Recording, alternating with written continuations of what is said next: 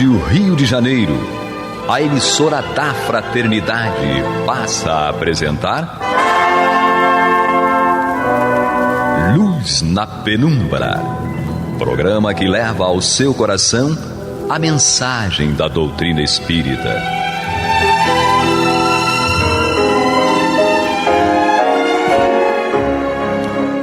E com vocês, André Afonso Monteiro, para o estudo do livro A Gênese, da obra codificada por Allan Kardec. Olá, amigos ouvintes internautas da Rádio Rio de Janeiro, a emissora da Fraternidade, a rádio que toda a família pode ouvir. Hoje aqui comigo no programa, Carlos Alberto Ferreira. Seja bem-vindo, Carlos Alberto. Olá, muita paz a todos. E a nossa querida Cristiane Teixeira. Seja bem-vinda, Cris. Olá, amigos ouvintes, muita paz, que Jesus nos inspire sempre. Amigos, nós daremos continuidade ao estudo da obra Gênese, o capítulo 17, Predições do Evangelho.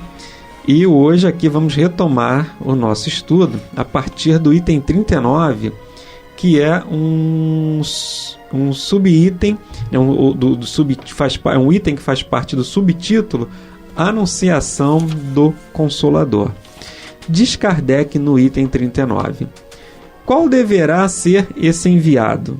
Dizendo: pedirei a meu Pai e ele vos enviará outro Consolador.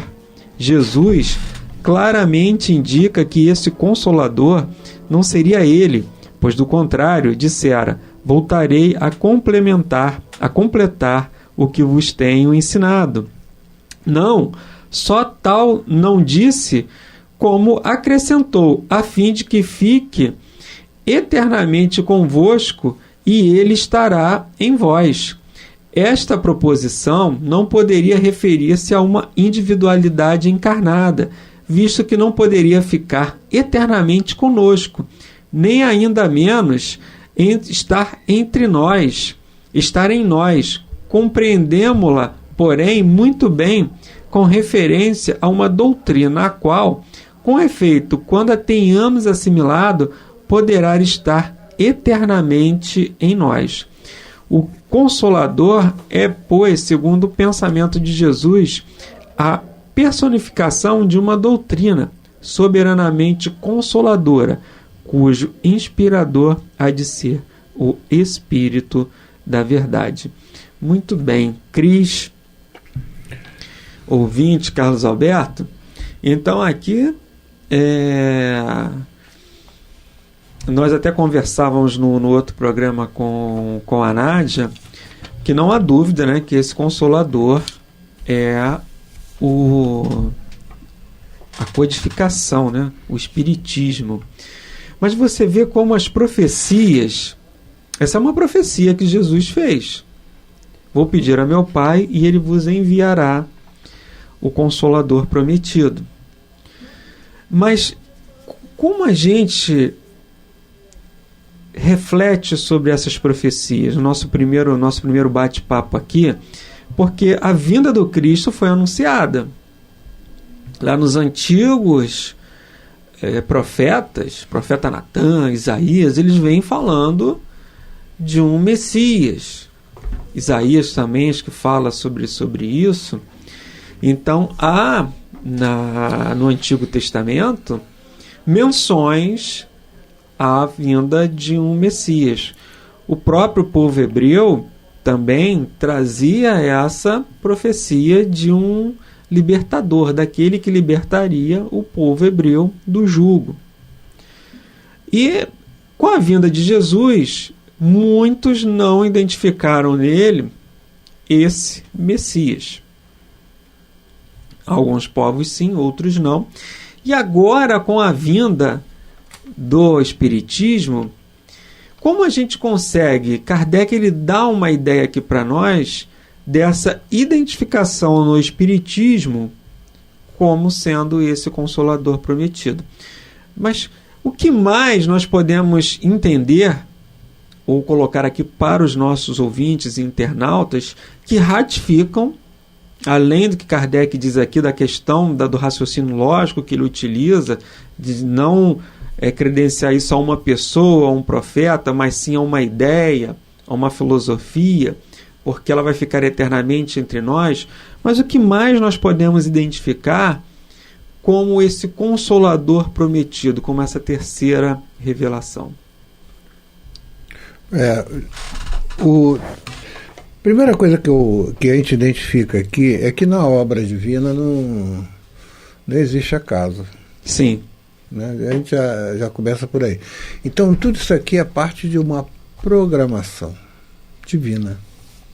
Uma programação divina.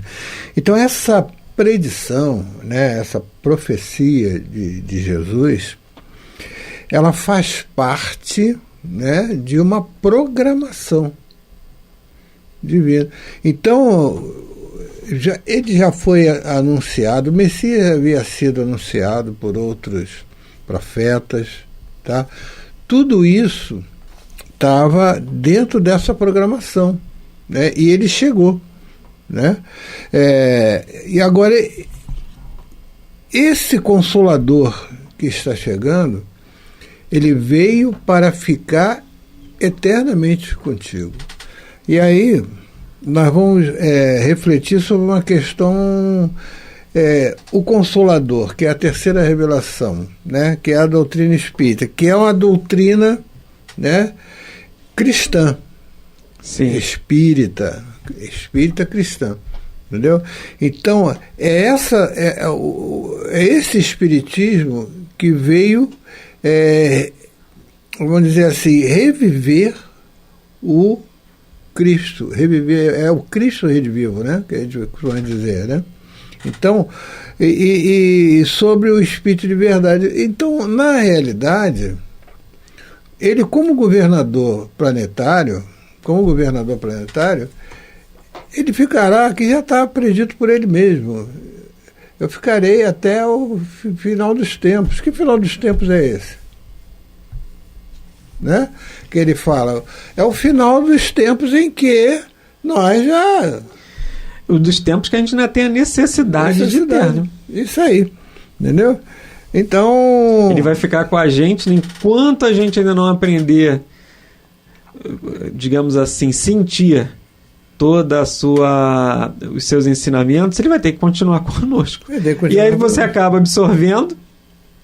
Primeiro o efeito que ele vai fazer em nós. Quais as mudanças que o Espiritismo vai fazer em nós. E quanto tempo a gente vai ter a necessidade de estudar o Espiritismo. Porque depois que a gente estiver vivenciando o que o Espiritismo traz para nós, a gente vai ter que aprender outras coisas, né, como espírito imortal, né? Uhum. Mas a partir do momento que a gente absorver, ele vai ficar para sempre, né? Porque é interessante que ele diz assim, a fim de que fique eternamente convosco e ele estará em vós. Entendeu?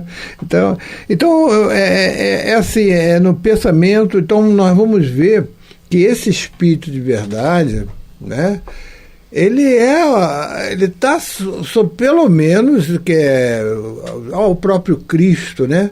Porque te diz assim, eu vou pedir que mande o Consolador porque eu não pude fazer, ele dá a explicação porque ele sabia que a nossa condição como espíritos, na época que ele trouxe, ainda era uma condição de muita ignorância, entendeu? A tal ponto que que ele foi condenado à morte. Entendeu? Quem é o emissário do amor? Que também estava em uma profecia, né? Isso aí. Como é que o emissário do amor ele é condenado à morte aqui?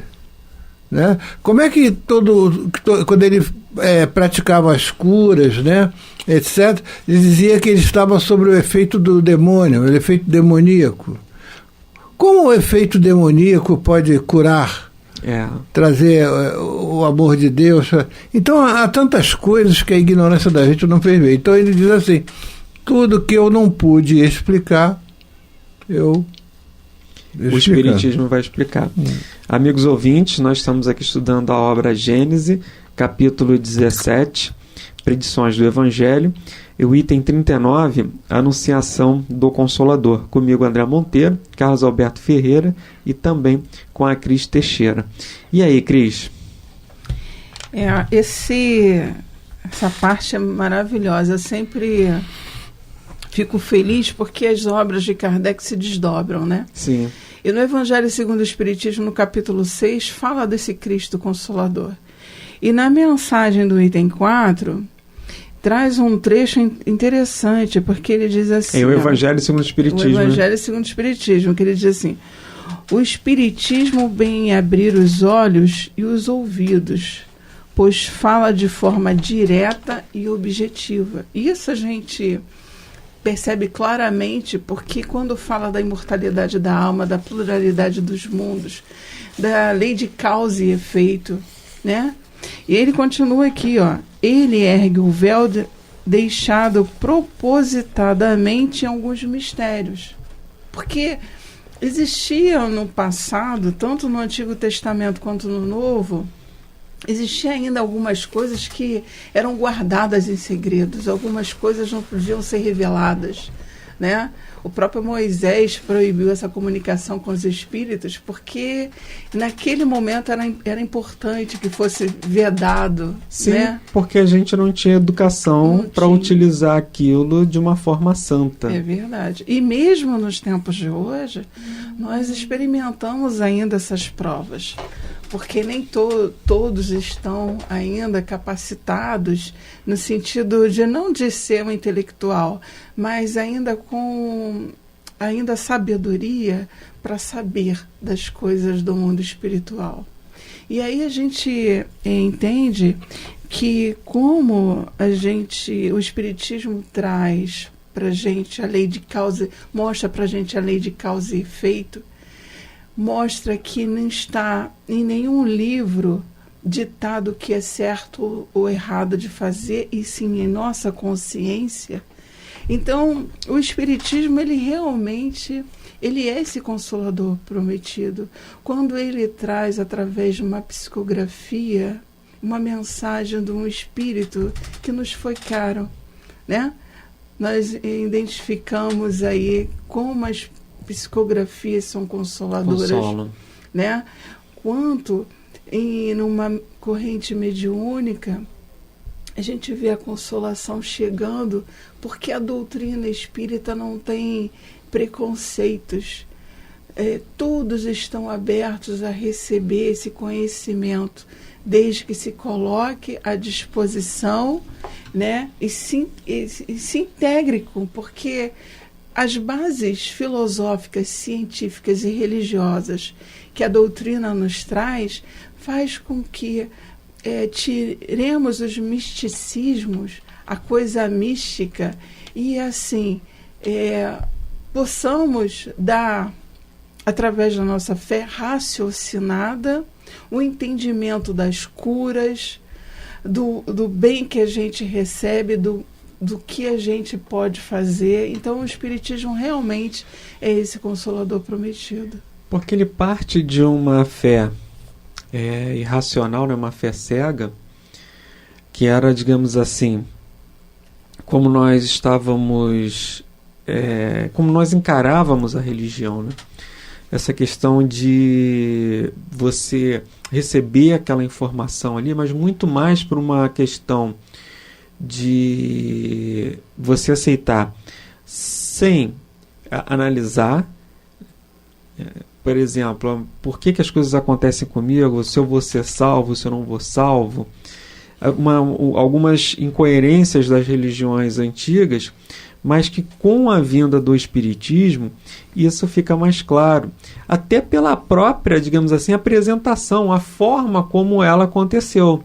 Controle universal que Kardec deu, essa questão dessa troca de correspondência, de cruzar as informações, de fazer a comparação. Então, ela parte de uma coisa assim, ela tem um método científico que é o estudo, que é a análise. Ela não parte de uma, digamos assim, de uma visão ou de uma profecia, mas ela vem basicamente sair dessa coisa assim mais lúdica, mais não digo irracional, mas essa questão assim que da religião, de você aceitar de uma forma mais cega para você partir para algo mais concreto. A gente sai dessa religiosidade do Deus, sai daquele Deus ali punitivo, daquele Deus vingador, e sai um pouco também do sobrenatural, do maravilhoso, e vem com as explicações. Por que Deus te salvou? Por que Deus te curou? Então tudo isso é apresentado no Espiritismo de uma forma racional. Você vai raciocinar sobre aquilo ali, que você vai refletir sobre aquilo para você poder encontrar esse caminho de chegada até Deus, né? Por exemplo, ele te dá um caminho de comunhão com Deus. Toda esse conjunto de informações, ele te leva a um propósito, que é você chegar até Deus. Antes, digamos assim, as religiões dizem, basta você entrar para a igreja que você está salvo, que você está chegando a Deus. E ele sai dessa afirmação e vem trazer para algo que é racional. Você vai chegar até Deus, mas tem um caminho. E ele vai ali apresentando o caminho para você, né, com as suas nuances. Não é simples assim, me converti, digamos assim, e agora estou salvo. Não, você vai ter que ali reparar todos os caminhos, todos os pregos que você jogou no caminho, você vai ter que retirar aqueles pregos para poder fazer uma caminhada mais tranquila. Carlos? Não, justamente isso, né? Essa questão do Consolador, né? Que é o Consolador prometido, é o próprio Cristo, né? Ele é a mensagem do Cristo, né? É a mensagem do Cristo. Não tem como. Então, é por isso que a gente diz assim, mas esse Espírito de verdade é o Cristo. A mensagem a gente tem certeza que é do Cristo. É do Cristo. Agora, se é A, B, a gente fica discutindo, né? É Jesus, não é? Mas o que importa é o conteúdo. O conteúdo é cristão, né, Cris? Isso aí. Eu lembrei de uma situação pessoal que aconteceu comigo. A minha mãe era ecumênica, né? Ela ia no Frei Luiz, ela ia no Bezerra de Menezes, na Igreja Universal. E aí, quando ela estava no hospital, eu fui à igreja, comuniquei que ela estava no hospital, entrou todo mundo em oração, e quando ela desencarnou, eu fui lá comunicar na igreja. E aí, a obreira da igreja me abraçou e falou assim, olha, sua dor é tamanha, mas somente o Consolador prometido pode, nesse momento, te consolar. Aí eu lembrei, oh meu Deus, obrigada, Senhor. Ela foi inspirada. Estou no caminho certo. Para te fazer lembrar. Então, assim, olha como é bacana e como, assim, as comunicações espirituais, assim, do universo, Deus é tão maravilhoso no sentido da misericórdia, do entendimento que Ele nos traz. Porque, independente de qual religião que nós estejamos na Terra, nós somos levados ao esclarecimento. Então, assim, não é a outra religião que é... E Buda falava sobre isso, o Sai Baba também falava, Sim. O próprio Leon Denis também falava. Não é a religião que vai te fazer melhor. É você que vai fazer a religião. O que a religião está te transformando de melhor? O que a mensagem está te trazendo? O consolo. Então, a doutrina espírita hoje me esclarece de onde eu vim, para onde eu vou, o que eu poderia ter sido ontem, o que eu estou fazendo hoje, o que eu posso ser amanhã. Então, a gente é levado aos lugares que necessitamos, como remédio. A Terra é um hospital. E como hospital, cada um é levado para a área que necessita ser curado. Hospital, escola e prisão, né? Exato. Então, cada um vai estar ali. O que você agora precisa? Precisa da educação. Então vai para a escola, né? Você vai para um, digamos assim, né? Vai para um núcleo que vai fazer você desenvolver a sua educação moral, educação intelectual.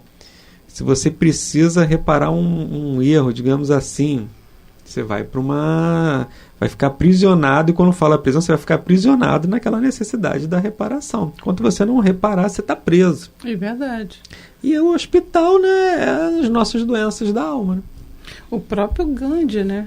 O Gandhi, nós podemos considerar um cristão, né?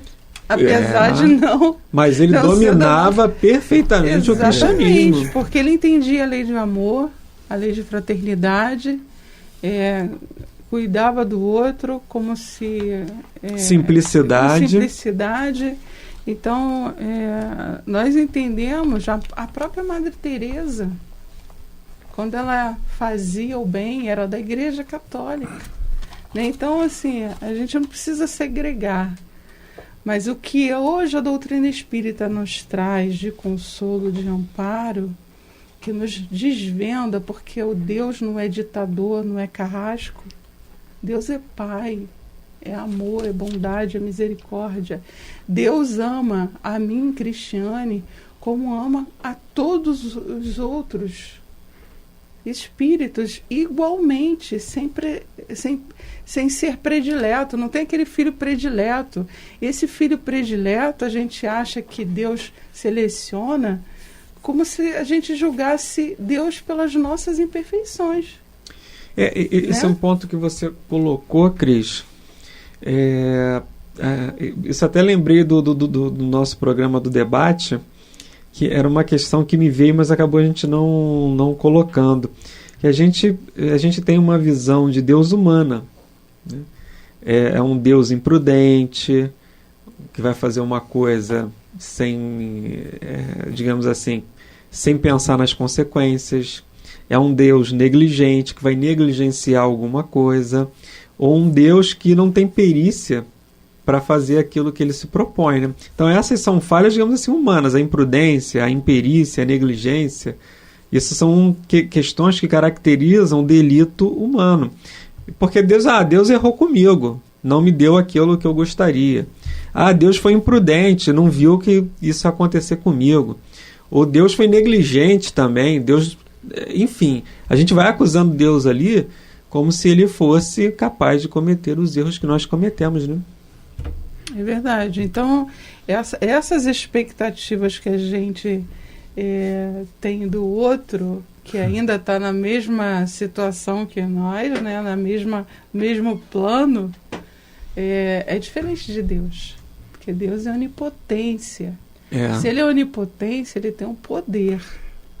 O poder... Gente, o Google, ele sabe exatamente os nossos passos. Sim, ele está virando quase onipotente também, onipresente, né? Onisciente, onipresente. Hoje tem muitos atributos divinos. Para vir para a rádio, eu selecionei, eu entrei, quando eu selecionei, já estava lá, Rádio Rio de Janeiro. Falei, gente, como assim? Então, se o Google já consegue fazer isso, imagina Deus. É perfeita essa analogia. Entende? Então, assim, às vezes a gente acha que a gente está assim, Deus não tem poder, Deus não é onipresente. Não, ele é onipresente. Ele está em todos os lugares. E Deus está dentro de uma comunidade, Deus está vendo aquele que ainda está no erro, ainda não consegue enxergar a luz. E a gente também, a gente não está em condições de julgar ninguém. E o Espiritismo diz isso. Por que você vai julgar o outro? Você está em condições para isso? Para julgar o outro? Meus amigos, estamos chegando ao final. Carlos Alberto. Não, para finalizar? Não, tudo bem. Ela já fechou aqui, tranquilo. Obrigado, Carlos Alberto, pela sua presença. Cris, obrigado pela sua presença também. Eu agradeço. Muita paz a todos. Pablito aqui na técnica também a gente agradece. Amigos, desejamos muita paz a todos e até o próximo programa, se Deus quiser. Muita paz. Você está ouvindo o programa Luz na Penumbra.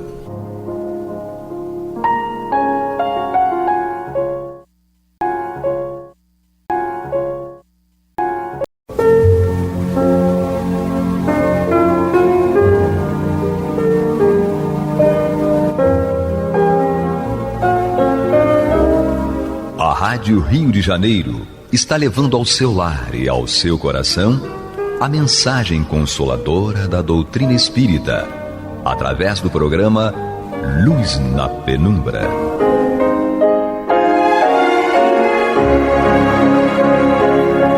E agora com vocês, Nádia do Couto Vale, para comentar o céu e inferno ou a justiça divina segundo o Espiritismo, da obra codificada por Allan Kardec. Amados e amadas ouvintes internautas, que a paz de Jesus permaneça conosco hoje e sempre. Estamos no período de festas, final de ano, e há uma espécie de loucura coletiva todo ano quando chegamos a essa parte do nosso tempo, uma loucura coletiva, uma ansiedade generalizada, porque antes era politicamente correto ir para festas, praia, baladas, etc. Isto tudo para depois se descobrir que o tempo é o mesmo, os problemas, as relações, as coisas são exatamente, absolutamente as mesmas. O que ainda é de nossa disposição para este momento, inclusive nos momentos desafiadores que vivemos, tempos de pandemia, tempos de grandes lutas no campo social. Enfim, nós temos questões para resolver e é por isso que nós devemos lembrar, por exemplo, e nos fixarmos para meditarmos muito gravemente a esse respeito sobre o capítulo 3 do Eclesiastes. Disse ele, eu vou pular algumas linhas, tudo tem o seu tempo determinado e há tempo para todo o propósito debaixo do céu.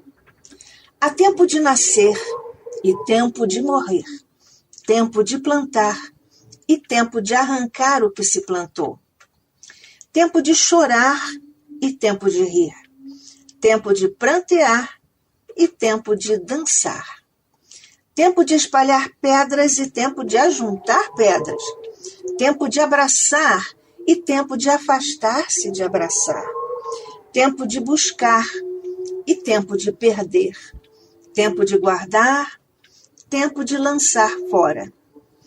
E assim vai o Eclesiastes, citando os vários tempos, as várias nuances, os vários objetivos pela natureza do que nos acontece ao longo da nossa vida pessoal, individual e coletiva.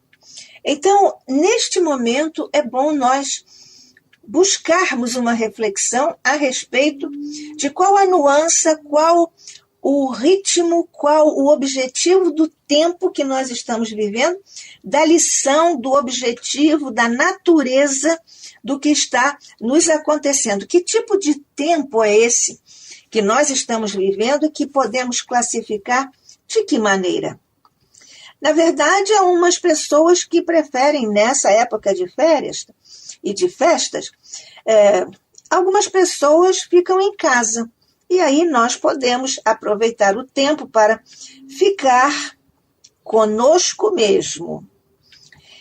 E, quem sabe, assistir à festa de praia, de fogos, com uma certa leveza, mas vendo na televisão. Quantas pessoas hoje, agora, neste momento, vivem uma alegria, entre aspas, de superfície, uma alegria de consenso, quer dizer, todo mundo combina que nesse dia e nessa hora todo mundo tem que ser feliz. Na verdade, todo mundo acaba se esforçando para dar a impressão de que está feliz. Consequentemente, há dois movimentos no nosso campo emocional. Psicologicamente, há um grupo animadíssimo, pessoas que, como nós, preferem ficar em casa, ir para um spa. E, na verdade, outras vezes há uma euforia, muitas vezes forçada, porque tenho que estar feliz. É o que fica na mente, na cabeça das pessoas, E também assim, não tenho que ficar triste. Afinal, se alguma coisa me aborrece, isto não se modifica só por causa do clima de Réveillon, antes, durante e depois dessa data. Também nada justifica exageros, comida, bebida e tudo mais. É bom lembrar sempre o aspecto comercial dessas datas, que fazem de nós massa de manobra para nos sentirmos como os outros acham que nós devemos nos sentir. Não importa o que estamos vestindo, há superstições para cores nas comidas e nas bebidas e nas palavras e nas expressões do tipo encantatório, e cores também, dizíamos nós, para as roupas que usamos. Cada cor vai passar, transmitir uma mensagem, não exatamente para as outras pessoas, mas também para elas, mas para o cosmo. Então, é melhor nós fazermos, como sempre nos indicou Sócrates, um exercício de autoconhecimento. Você se deixa influenciar pelo clima geral, essa indústria da alegria? É certo que há um clima de balanço geral da vida, de emoções, de projetos, mas há também uma certa misteriosa relação nossa com o tempo que aflora nesse momento. As decisões, os momentos e acontecimentos do ano que termina, na verdade, vamos passar tudo em revista, pelo menos espera-se isso. E como espíritas nós somos, mesmo seguindo outra religião, não importa, o que tem feito você, eu que tenho feito e fizemos nós de bem para o outro, para nós mesmos, para a humanidade, para o planeta, para a natureza, enfim. Como nós temos vivido esses dias, esses tempos, neste ano que está quase acabando de passar. Nós temos os tempos, vários tempos, né? Um tempo que vive dentro de nós, vibrando em nós, que é o tempo de Santo Agostinho, o filósofo da interioridade, que é o tempo, na verdade, psicológico, porque nós achamos que nas coisas boas o tempo voa. Nas coisas desagradáveis e até dolorosas, o tempo não anda, não é isso? Então, esse é o tempo psicológico de que nos fala Santo Agostinho, mas é o tempo cronológico.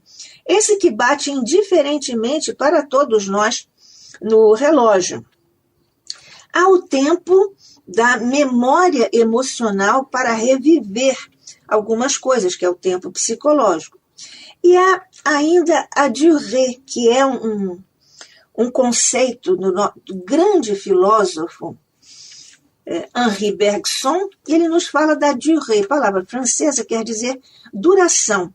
O que quis ele dizer com isso? Duração é a sucessão de mudanças que acontecem nos nossos estados de consciência. Mais triste, mais alegre, deprimido, pensativo, contemplativo, enfim. E esses vários momentos, essas várias mudanças qualitativas que vão se sucedendo, elas se integram e até mesmo se fundem, mas não há possibilidade de esses momentos ou esses estados de consciência serem medidos no sentido que nós usamos mesmo no nosso cotidiano. Porque apesar de se integrarem, esses estados de consciência não têm contornos precisos. Às vezes nós temos a impressão, e estamos mesmo vivendo, duas sensações diferentes, ainda que estejam próximas uma da outra, mas nós não temos muito bem a medida de qual é a prevalecente, qual é a que fica um pouquinho menos destacada no nosso viver. E é esse fluxo de ritmos, de movimentos de consciência, que nós devemos aprender e acompanhar o tempo todo em que nós vivemos, e não apenas neste último dia do ano, ou nos últimos dias do ano, ou em outras fases, em outras etapas da nossa vida. Essa vivência do tempo, e nós estamos aqui na Rádio Rio de Janeiro, estudando o livro O Céu e o Inferno, a Justiça Divina segundo o Espiritismo, e a propósito das nossas reflexões a respeito do tempo, nós vamos destacar alguns perfis que Kardec, nosso querido codificador, colocou na segunda parte desta obra. Nós já iniciamos o estudo dessa obra, já vimos os espíritos felizes, agora estamos estudando os espíritos em condição mediana, mas vamos estudar todos os outros.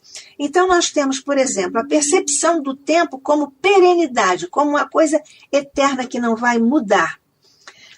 É a ideia de castigos eternos, e nós encontramos isso no duplo suicídio, lá no capítulo próprio para os suicidas, em que o casal ficou entre o amor e o dever. Mas há a memória emocional e o tempo psicológico, de que nós falamos ainda há pouco. Quando o espírito revive o momento do suicídio, como, por exemplo, François Simon Louvet, como Luís e a pespontadeira de botinas. Há uma referência explícita ao tempo de aproveitamento na Terra, com estudo, etc. Maurice Gontran, Joseph Bré, Hélène Michel são espíritos que ilustram esse tipo de relação com o tempo. Há ainda a noção do tempo entre a morte, a desencarnação e a comunicação do espírito à mesa mediúnica, com Ferdinand Bertrand, etc., e outros tantos.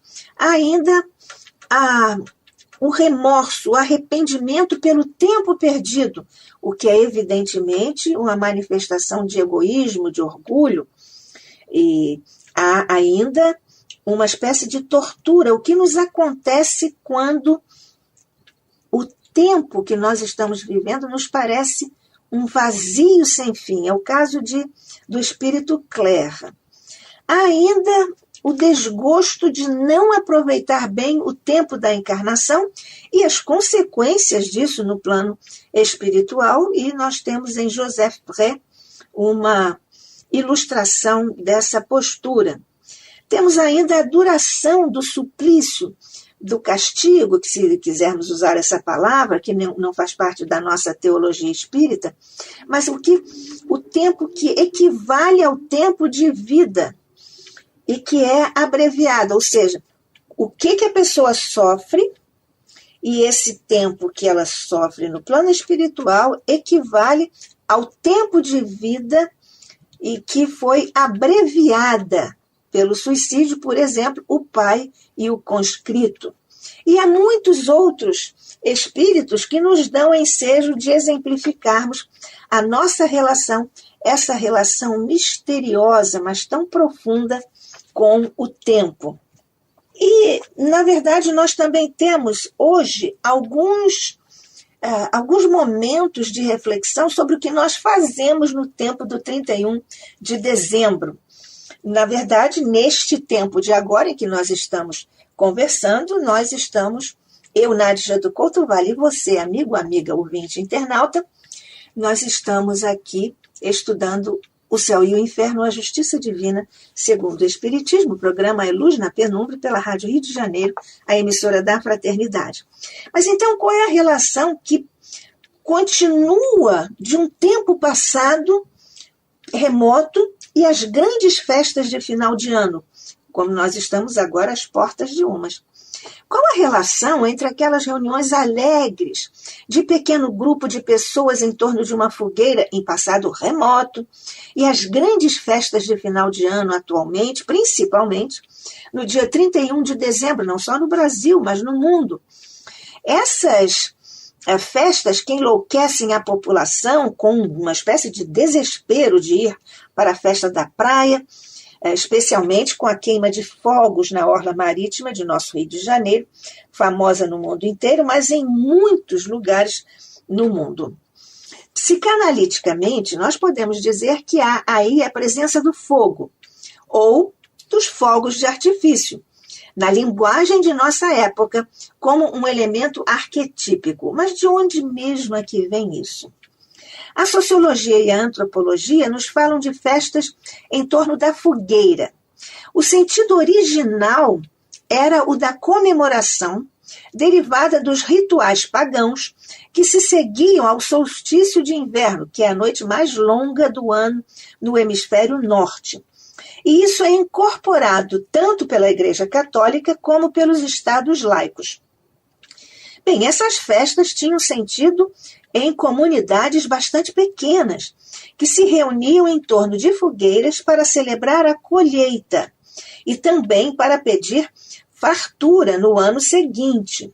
Estão aí, portanto, os elementos da expectativa de coisa boa para o ano que se inicia. E nós queremos também fazer uma colheita boa de sucessos, de realização dos nossos sonhos, dos nossos projetos e assim sucessivamente. O fogo é um elemento interessante. O fogo entre os hindus era um mediador entre os homens e os deuses. Krishna diz que o fogo é Brahma, ou seja, tudo então é Deus. E no Avesta e nos Vedas, o fogo é mensageiro de Deus, como nos lembra Jung em sua obra Símbolos da Transformação. Ora, para Jung, no Ocidente, o acender do fogo faz parte do mistério ritual, que assegura seu caráter simbólico, isto é, ambíguo. Tem mais de um sentido, pelo menos dois. As regras dos atos rituais devem ser obedecidas rigorosamente para que exerçam o efeito mágico almejado.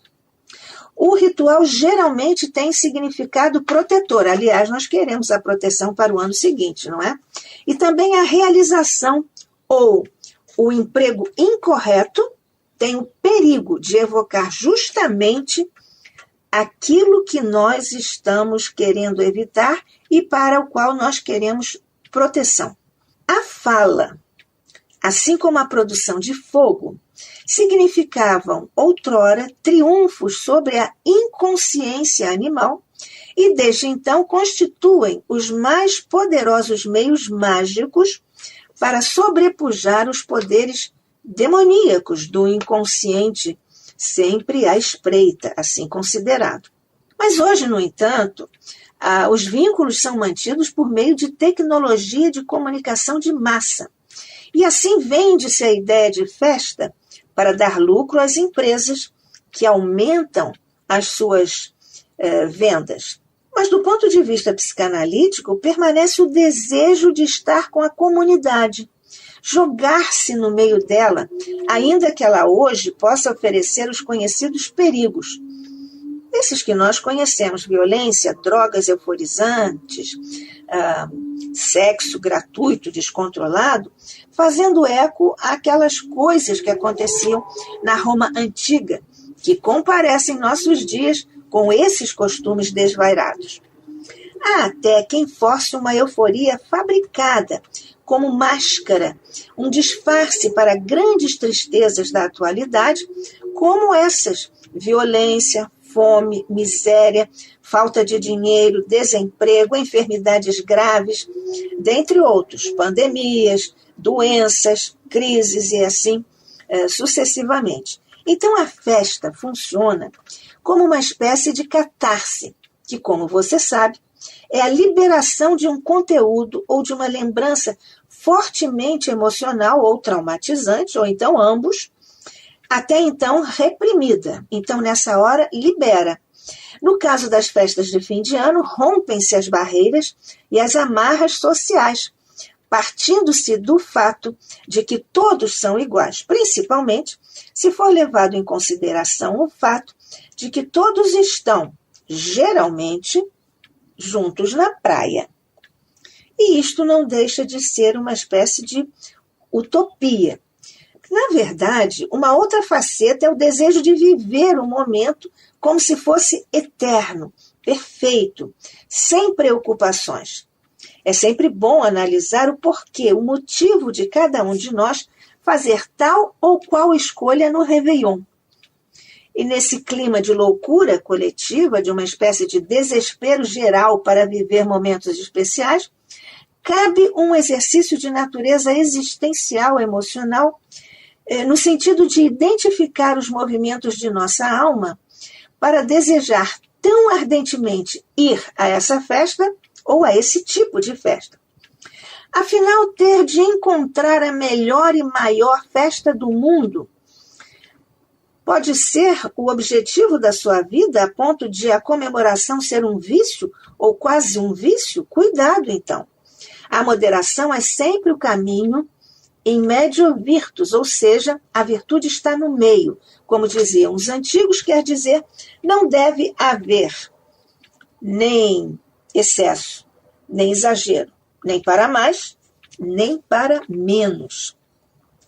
Então, nós temos a questão do Réveillon, e o Réveillon é exatamente esse momento que nos faz provar a nós mesmos se nós somos influenciáveis.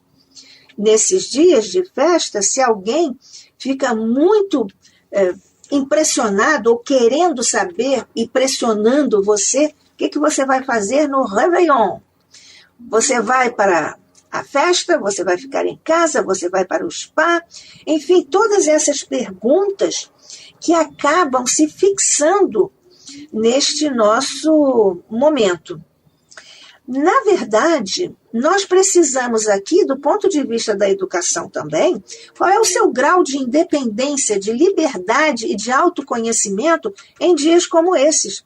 Essa postura é um dos mais importantes objetivos do processo da educação, que é a autonomia, o grau de independência do indivíduo, que passa a orientar todos os seus atos, escolhas e projetos de todo tipo, com base em seus valores e também nas regras, regulamentos e leis que o próprio indivíduo tenha estruturado pessoalmente como seus próprios limites, visando tornar-se uma pessoa melhor, mais equilibrada. É o que nós chamamos em filosofia e em psicologia indivíduo autônomo. Ele não precisa de sanções externas. Ele próprio impõe espontaneamente suas sanções internas, seus limites. A questão, então, é até que ponto o indivíduo vai ao Réveillon porque gosta, ou porque os outros vão, ou porque se sente na obrigação de fazer alguma coisa. E aí tem que fazer alguma coisa para depois responder aquela clássica pergunta: como, onde e com quem passou o Réveillon? Qual a resposta do indivíduo autônomo? Passeio comigo mesmo. É assim, aliás, que nós passamos todos, mas todos mesmo os momentos de nossa vida. E raramente temos consciência disso. É bom nós lembrarmos disso nestes dias. Assumir a própria opção e verbalizá-la revela que a pessoa tem assertividade. Outro objetivo da educação, que é a capacidade que tem a pessoa de ser afirmativa, de afirmar o que pensa, mas sem naturalmente ser agressiva. E esta, então, é uma excelente oportunidade nestes dias para uma reflexão sobre o tempo, sobre a forma como nós nos relacionamos com o tempo. No dia 1º de janeiro, afinal, os problemas vão sumir? Os sonhos vão perder a validade? Os assuntos que ainda estamos desenvolvendo, coisas que estão sendo construídas, serão interrompidas para sempre? Claro que não. Todos nós sabemos disso. E por quê? Porque nossas existências, nossas vidas, desenrolam-se em ciclos. E o universo não se rege pelos relógios humanos, mas em ciclos, em etapas preparatórias umas para as outras, que forjam a nossa autorrealização como espíritos e, consequentemente, como pessoas, como criaturas encarnadas. Portanto, neste 31 de dezembro, se quiser, e quiser mesmo, fique em casa, ou então vá a uma festa. O importante é a consciência. E aí você analise que tempo é esse que você está vivendo. De chegar, de partir, de plantar, de colher ou de recolher. Lindo final de ano para você, meu querido, minha querida ouvinte internauta. Lindo final de ano para você. Feliz ano novo. Que Deus nos abençoe a todos em nossos projetos no bem, em nossos esforços sinceros para nos melhorarmos. Eu sou Nádia do Couto Vale, abraçando neste instante o seu coração e lhe desejando um feliz ano novo no tempo novo, aqui no Luz na Penumbra, na Rádio Rio de Janeiro.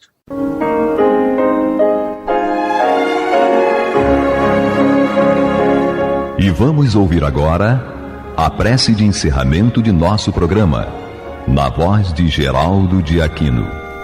Jesus, dá-nos coragem para a luta, piedade para os insultos e misericórdia para as injustiças e ingratidões. Limpa nossa alma de inveja e ambições mesquinhas, de ódio e de vingança o nosso caminho. E que dentro em pouco, ao recolher-nos de novo ao calor do nosso leito, para que o sono nos dê a paz e o esquecimento das tristezas humanas, possamos sentir, Senhor, no mais íntimo de nosso ser, a doçura indefinível do Teu amor e a grandeza incomparável da Tua divina presença. Que assim seja.